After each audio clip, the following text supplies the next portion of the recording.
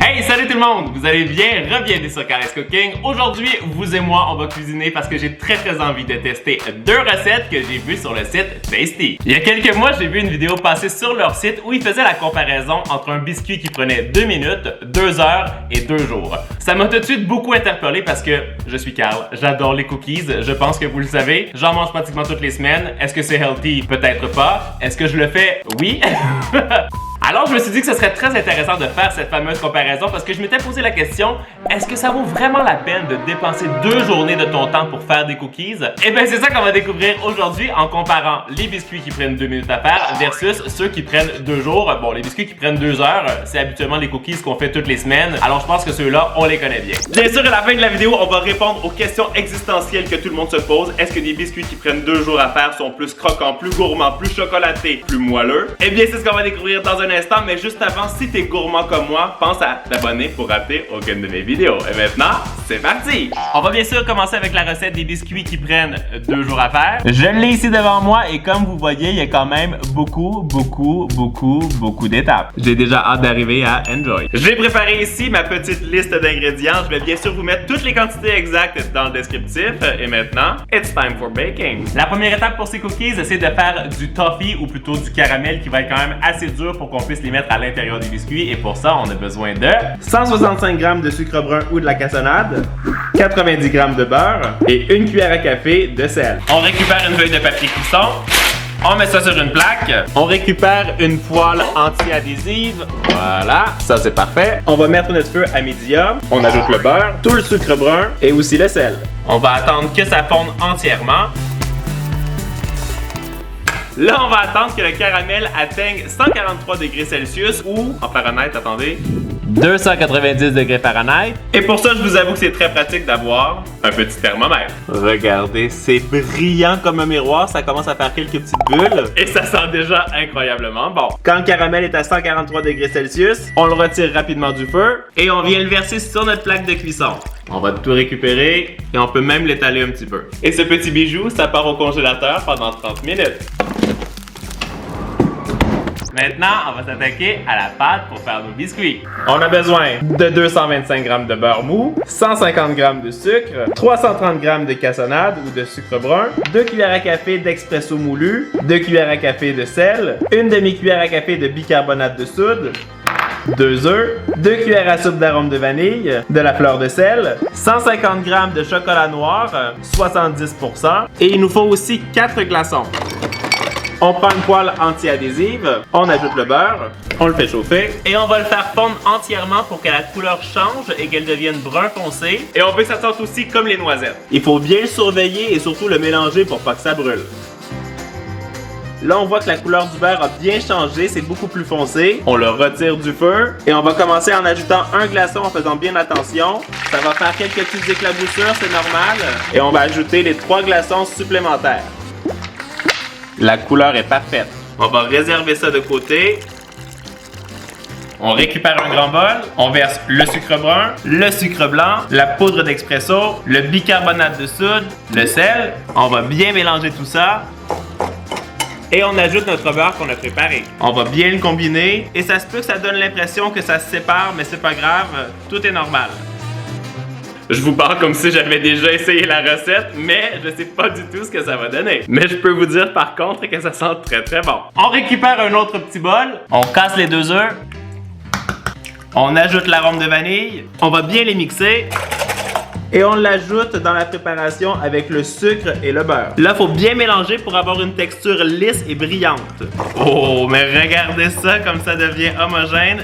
C'est génial et ça sent trop bon. J'ai vraiment l'impression que la texture est exactement comme ça doit être. Et je peux vous dire que le fait d'avoir utilisé du beurre noisette comme on a préparé, je suis certain que ça va faire toute la différence au niveau du goût parce que ça sent vraiment délicieusement bon ici. On va maintenant ajouter la farine en une seule fois et avec une spatule, on va bien mélanger, bien l'incorporer pour plus qu'il reste aucun grumeau. Je pense que la pâte est parfaite. C'est l'heure d'aller récupérer notre caramel qui est au congélateur. Il y a une vieille banane qui était collée en dessous de la plaque. Si tu cherches quoi faire avec ça, j'ai une super recette de pain aux bananes dans le petit i juste là. Oh! On a une belle plaque de caramel. On va mettre ça dans un sac refermable. Et là, c'est l'heure de se dépouler.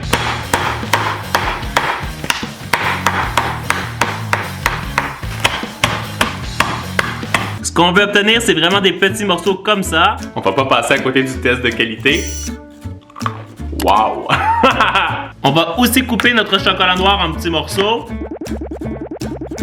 Bien sûr, tu aurais pu utiliser des pépites de chocolat, mais pour faire des biscuits qui prennent 2 jours à faire, le petit chocolat noir en morceaux comme ça, c'est un peu plus fancy.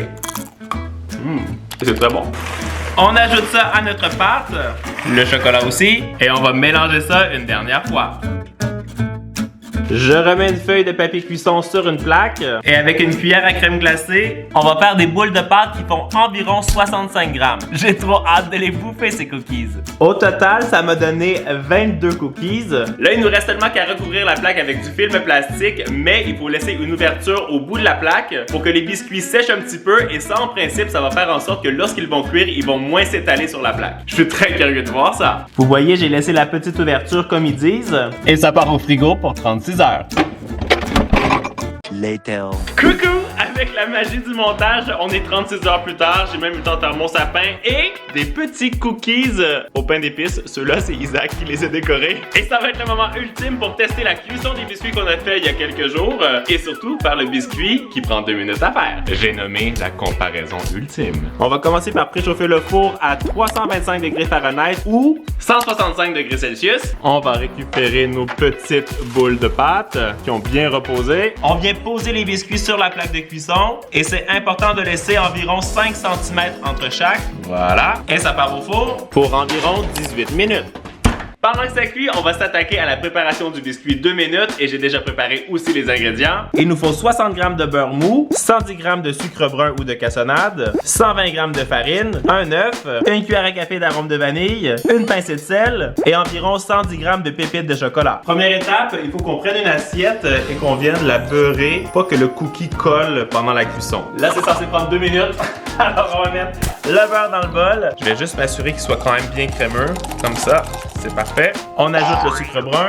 Ça, c'est vraiment le petit cookie quand t'es pressé, que t'as juste envie d'une petite bouchée de quelque chose de sucré. Alors dépêche-toi, hein. On craque l'œuf, l'arôme de vanille, on mélange encore. T'as encore 50 secondes, hein. On ajoute la farine, la pincée de sel. 40! Mais je peux te dire que déjà, juste préparer les ingrédients, ça a pris plus que 2 minutes, hein. Donc là, ça fait une belle pâte, beaucoup plus claire que la première version. On verse presque toutes les pépites, mais on en garde quelques-unes pour la déco. On va mélanger ça comme il faut. Avec une spatule, c'est plus facile. C'est prêt!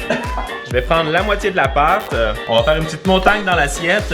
Mais ça va être un cookie énorme. Mais ça va s'écraser pendant la cuisson. On va juste faire un petit tas comme ça. Je fais comme dans la recette, hein. Ce que Tasty dit, je fais. Et pour que ce soit fancy, on vient mettre les dernières pépites qu'on a gardées sur le dessus. Comme ça, ça va faire plus chic quand ça va fondre. Maintenant, ils disent quoi? Ils disent de cuire environ 1 minute 30. On va tester. Il faut que ce soit légèrement croustillant au bord et encore souple au centre. On va utiliser de nouveaux micro-ondes parce que j'ai brûlé l'autre en testant des food hacks Tasty. Maintenant, il faut pas rester trop proche, hein. On va se cacher. Les ondes fonctionnent comme ça avec un micro-ondes. Oui, c'est linéaire. Mais je vous montre quand même rapidement, le biscuit, il est vraiment en train de s'étaler, un truc de ouf là. J'ai l'impression que ça va faire une flaque.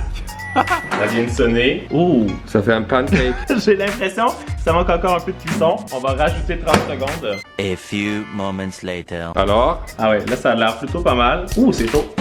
On voit que ça rebondit un petit peu au centre, c'est ça qu'ils disent qu'il faut que ce soit. Mais c'est pas croustillant du tout. Mais c'est pas tellement croustillant, ça fait plus comme une texture de gâteau, j'ai l'impression. J'ai hâte de pouvoir le comparer avec ceux qui ont pris 2 jours à faire. Je vais pouvoir sortir enfin les cookies. Ouh, ça a l'air plutôt pas mal. Ça sent super bon. Et là, faut se dépêcher à venir mettre un petit peu de fleur de sel ou de sel de Maldon comme ça, pas trop. Et on va les laisser refroidir pour pouvoir les déguster après. Ça, c'est le sel de Maldon, ça fait vraiment comme des flocons, c'est trop beau. Je vous présente nos cookies 2 minutes versus 2 jours. J'ai l'impression d'avoir fait une méga giga crêpe à côté d'un cookie de luxe. Mais je trouve vraiment, il est méga beau, lui. Ça, franchement, ça donne très très envie. On va quand même commencer la dégustation avec celui-ci. J'arrive difficilement à le prendre, c'est très très friable. Et en dessous, ça donne vraiment la texture d'un gâteau. On va en prendre un gros morceau. Bon, c'est pas très craquant. C'est quand même plus dense qu'un pancake. Ça a vraiment quand même une certaine tenue. Ça sent super bon aussi. Ça donne un peu la texture d'un mug cake si tu veux. Si t'es pressé, t'as une fringale, t'as vraiment envie de manger un cookies, ça fonctionne. Mais maintenant, on veut savoir si ça vaut la peine. Bon, celui-là, on voit tout de suite déjà qu'il est plus foncé. Sur l'extérieur, c'est bien croustillant. Au centre, il est encore bien mou. Ça, c'est génial. C'est comme j'aime. Ouh. Et regardez ça. Ça sent extrêmement bon. On a vraiment les odeurs du caramel et du chocolat. Et même un petit peu des noisettes. Je pense que c'est à cause du beurre noisette qu'on a fait dans la recette. Ça craque un peu. En début de vidéo, je me posais la question si ça valait la peine de faire des biscuits sur 2 jours. Et je peux vous dire qu'à la lumière de cette dégustation, c'est clair que je vais refaire cette recette. C'est vrai que c'est très très long, mais c'est dingue. Il faut que tu goûtes à ça. C'est trop trop bon. Ok, je vais goûter. Je laisse le cookie, je reprends la caméra. Moi, je me suis vraiment beaucoup amusé à faire cette vidéo sur quelques jours. J'espère que ça vous a plu. Dites-moi quelle autre recette vous aimeriez que je teste pour vous sur la chaîne. Tu peux cliquer ici pour voir des vidéos tout de suite. Ici, tu t'abonnes. Et en attendant la prochaine vidéo, vous le savez, vous êtes les meilleurs. Ciao, ciao! Alors, qu'est-ce que tu penses de mes cookies? C'est méga bon. C'est bon, hein?